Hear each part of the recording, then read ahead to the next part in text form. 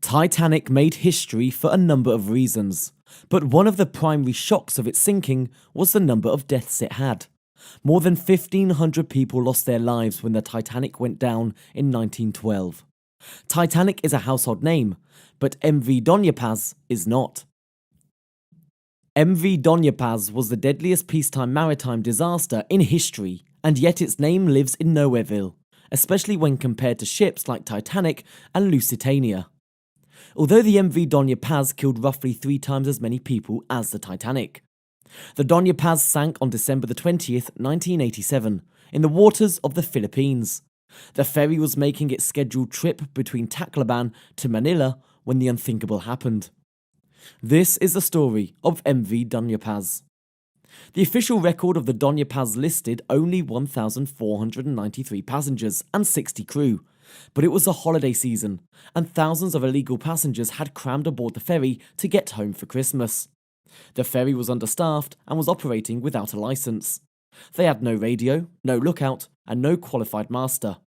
Adding to those problems was the crew, as they were having a holiday party and only one guy was serving on the bridge at the time with no lookout. Passengers had either stowed away or purchased illegal tickets from the ferry operator.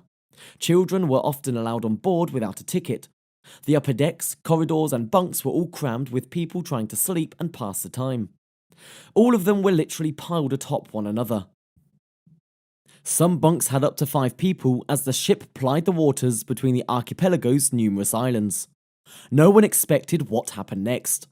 On December the 19th, 1987, the petroleum tanker Vector left Limay en route to Masbate.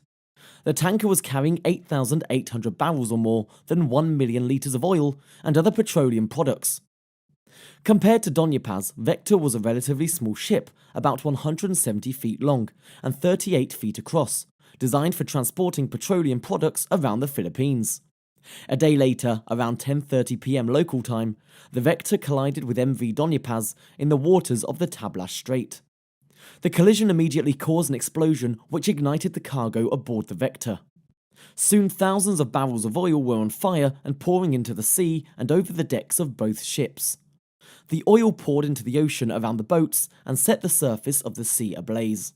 Smoke and fire filled the air. Both ships caught fire and the water around the boats began to burn.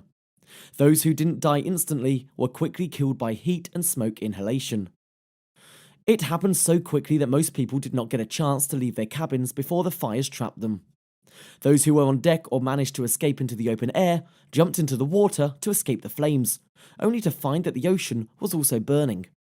Survivors desperately tried to cling to debris in the water, but the fumes, the smoke, and the fire killed many of them as they floated in the water. The scene was reminiscent of those from World War II when warships were torpedoed and went down in flames. There were no life jackets as they were locked up or out of sight. There were no lifeboats present. People could not find anything to float on. Though the presence of life jackets might not have saved many people from the inferno that was raging over both ships. A fully loaded petroleum freighter was the absolute worst type of ship that the MV Doña Paz could have collided with. Surviving was almost impossible. At first, the casualties were reported based on the official record, which was totally inaccurate. Only 26 people survived the incident in total.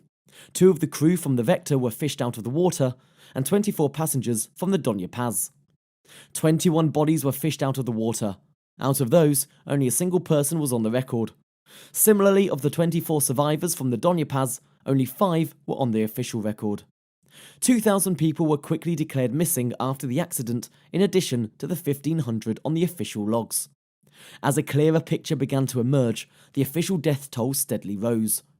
Today, the official tally stands at 4,386 people killed. That puts the death toll roughly 3 times higher than that of the Titanic. Many of the victims of this tragic accident died in the most terrible ways. Trapped, burned, drowned. The lucky ones died instantly. None of the crew of the ferry survived, which might have been for the best, considering the backlash that the crew received during the investigation. The ferry was found to be operating in complete negligence from top to bottom. The ferry took 2 hours to sink, and the tanker took 4 hours to sink. They both sank in the same area in 500 metres of shark-infested waters. It took 16 hours for official search and rescue operations to reach the area, but there were no survivors left at that point. The initial 26 had been fished out of the water by a nearby boat.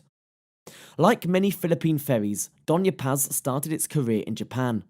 In 1961, Ryukyu Kaiun Kaisha, or the RKK line, placed an order with Onomichi Zozan shipyard in Hiroshima for a new modestly sized roll-on roll-off passenger ferry for use on their Kagoshima-Okinawa route. The completed vessel was delivered in 1963 as Haimiyuri Maru with a capacity for 608 passengers, 190 cars, and 80 crew. Her single Niigata diesel had 5,500 horsepower to reach a top speed of 18 knots. Accommodations were basic. Haimiyuri Maru was designed for comfortable but utilitarian transportation, not luxury vacations.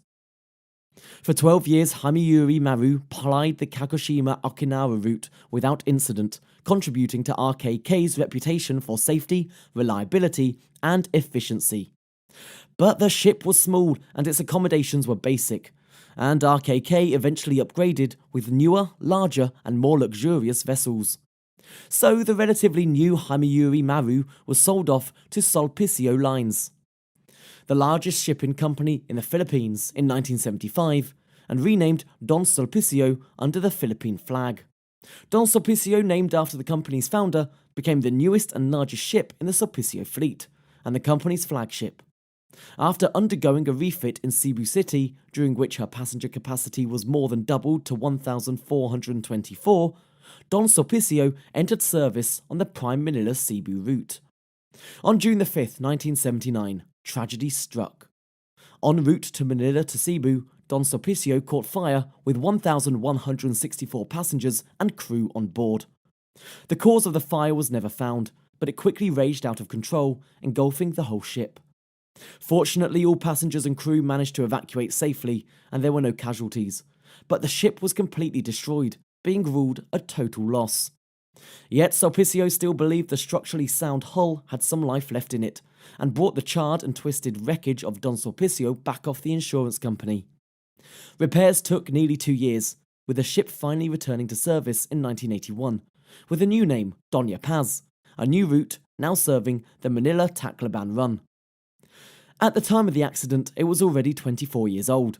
Although the Marine Inquiry and the court ruling concluded that the Doña Paz owner was not to blame for the tragedy, the evidence says some form of poor safety culture in the company's history.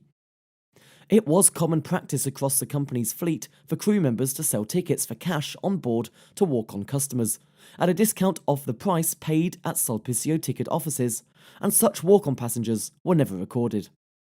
And anyone who boarded using a free voucher ticket from Sulpicio, either through their loyalty program, a refund for missed sailing, a complimentary employee friend, or a family perk, were also not recorded on passenger records, and nor were children under the age of 4 who travelled free.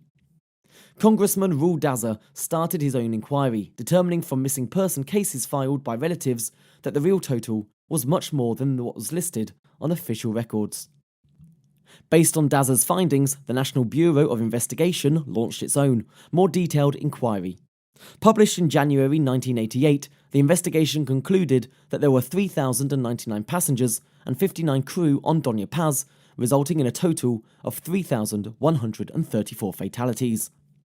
The inquiry into the accident itself absolved Sulpicio Lines of any responsibility, concluding that the crew of Vector had been entirely at fault. At the time of the collision, Vector did not have a current, valid certificate of seaworthiness. Her radio was either out of order or turned off, and her bridge was manned only by a single, unqualified apprentice, with most of the rest of the crew, including the captain, were enjoying the drunken party in the captain's cabin. And Vector's chief engineer had an expired license.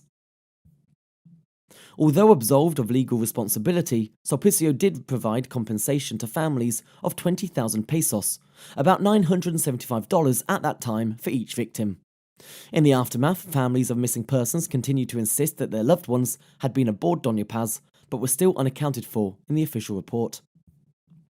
After years of pressure, President Fidel Ramos appointed a special commission in 1998, charged with taking another, further in-depth look at the Doña Paz sinking, with a mandate to definitively identify once and for all who had actually been on the ship on December the 20th, 1987, by tracking down and interviewing families and witnesses across the country. The final report, released in January 1999, established that 4,341 passengers and 58 crew could be definitively identified as having boarded Doña Paz that day, bringing the death toll to 4,374 from Doña Paz and 4,385, including the crew lost with Vector. The sinking of Doña Paz represented the start of a series of major disasters for Sulpicio Lines, with her sister ship, Doña Marilyn, sinking the following year with 400 dead, Princess of the Orient going down 10 years later in 1998 with the loss of 150 lives, and Princess of the Stars sinking in 2008 with the loss of 840. Following that last tragedy, Sulpicio had their license to carry passengers permanently revoked by the Philippine government, restructuring and rebranding themselves as the cargo line Philippine Span Asia Carrier Corporation. It's quite clear that the incident is an unpleasant mix of corruption practices that allowed the illegal purchase of extra tickets on board during the Christmas season, poor oversight by authorities that allowed such corruption practices, inadequate safety culture on board that led to the collision, and lack of coordinated response that made rescue operations to start after 8 hours. Despite being the deadliest shipping incident, Doña Paz is only one of a long list of disasters in the Philippines' maritime history. From 1972 to 1987, when the Doña Paz accident happened, there were 80 collisions, 177 sinkings, and 53 shipboard fires in the country's waters that resulted in the deaths of more than 4,000 people. What is interesting is that specifically the owner company of Doña Paz was involved in a total of 4 deadly shipping accidents, resulting in the death of about 5,000 people in 11 years. We have by no means heard the last of these Philippine maritime disasters. We can only hope that the next time such an incident occurs, more lives will be saved, and we are better prepared to take care of our Filipino brothers who have no choice but to ride these vessels that may be sailing their last voyages.